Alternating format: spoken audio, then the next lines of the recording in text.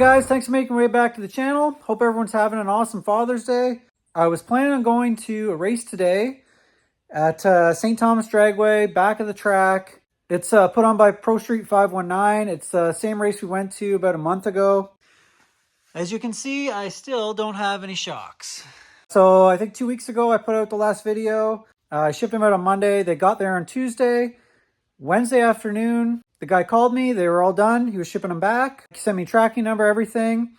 Shipped them out. Friday said they were going to be out for delivery. This was a week ago, keep in mind. Friday they were going to be out for delivery. And I just looked at the details and noticed they hadn't even left the state yet.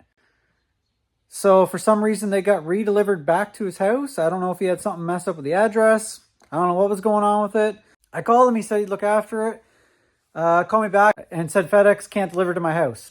So I don't know if he had something messed up with the address or what, but no big deal. Still had a week to get him. He was going to try UPS. So same deal. I told him, I said, I want to have him for Friday. If you got to do like 2 or 3 day shipping, I'd pay the extra. Yep, no problem. Sends me a tracking number. Says Friday delivery. I'm like, okay, well, hopefully everything goes smoothly. Watched it all week. I don't know if it's something just in his particular state or whatever, but it was like slow motion watching it move. Friday, the delivery date actually changed to Monday. So right now they're probably 30 minutes from my house and I couldn't go get them. I tried calling, but it's a sort faculty, not a pickup faculty apparently, and just can't be done. So it is what it is. Everything happens for a reason, I guess you could say. Maybe he wanted to go racing, but life goes on. But they should be tightened up a fair bit, and hopefully they're tight enough. I kept half of my compression settings and got them to tighten up the rest, the other half. And then I kept the 10 tightest extension settings and had them tightened up all the remaining extension stuff. So I think that's probably roughly 30 clicks of extension that should be tighter. So I know I said I was going to start painting, start getting the front ready for paint, which I did. I started working on that.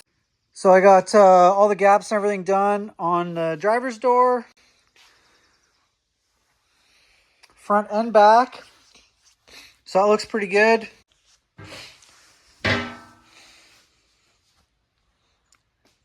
Like I said before, I didn't want anything rubbing once I got paint on it, but so everything's nice and flush now. Lines up really nice, actually. Pretty happy with them. Still working on the passenger side. I kind of, I'll get into that in a minute, but kind of abandoned this side, but really didn't take much. So this one's pretty well done. It just needed a little bit of filler. It wasn't really to make them line up perfectly because they don't, but the door did actually kind of dip in at the end, and the fender actually dipped in too. And the way the body lines are, the fender kind of comes in at an angle and meets the door, so they're not perfectly straight if you go that way, which I think factory stuff is.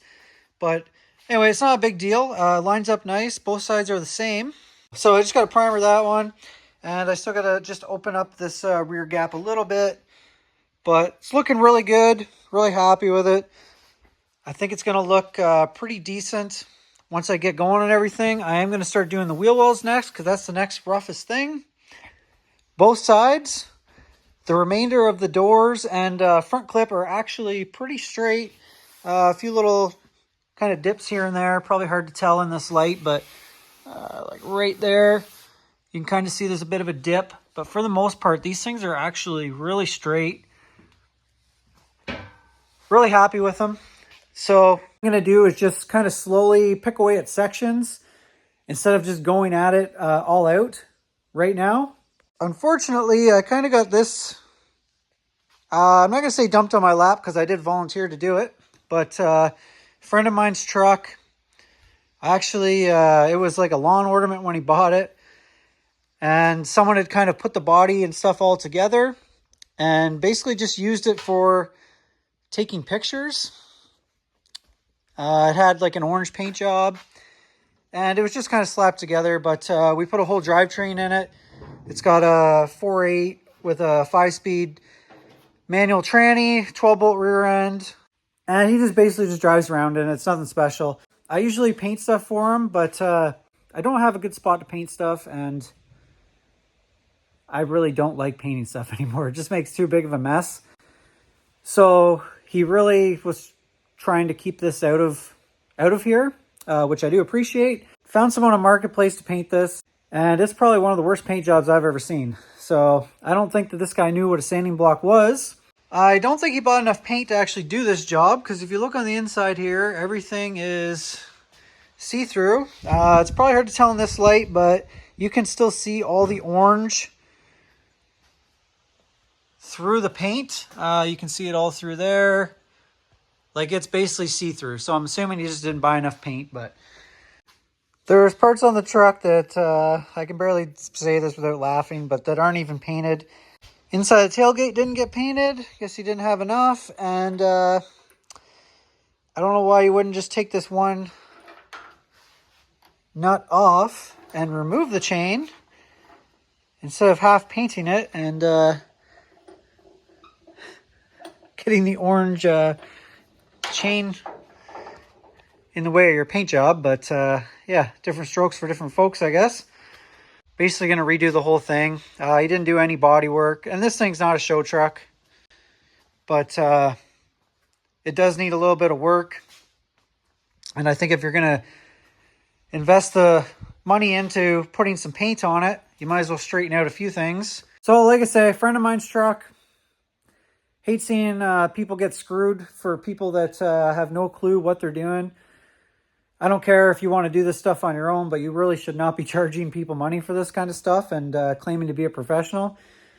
Because I'm not a professional, and I would definitely not be putting my name on that. So we're going to just straighten this thing out a little bit and put some high build primer on it, block it, get it a little straighter, and try to put some paint on it that's not see-through.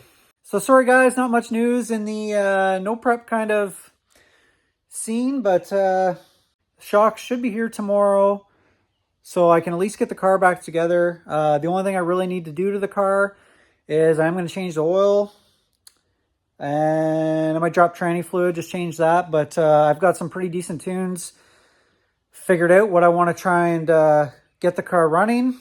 There's another big race next weekend at a different track, Toronto Motorsports Park, which is generally a pretty fast back half, so gonna just get the car ready for that. Looking forward to next weekend, hopefully make some good hits, and go from there. So thanks for watching, guys. Really appreciate it. Again, happy Father's Day to all the dads out there. Hope you guys have a great day. And do me a favor, hit that subscribe button. If you got a comment, throw it up there. Have a good one, guys.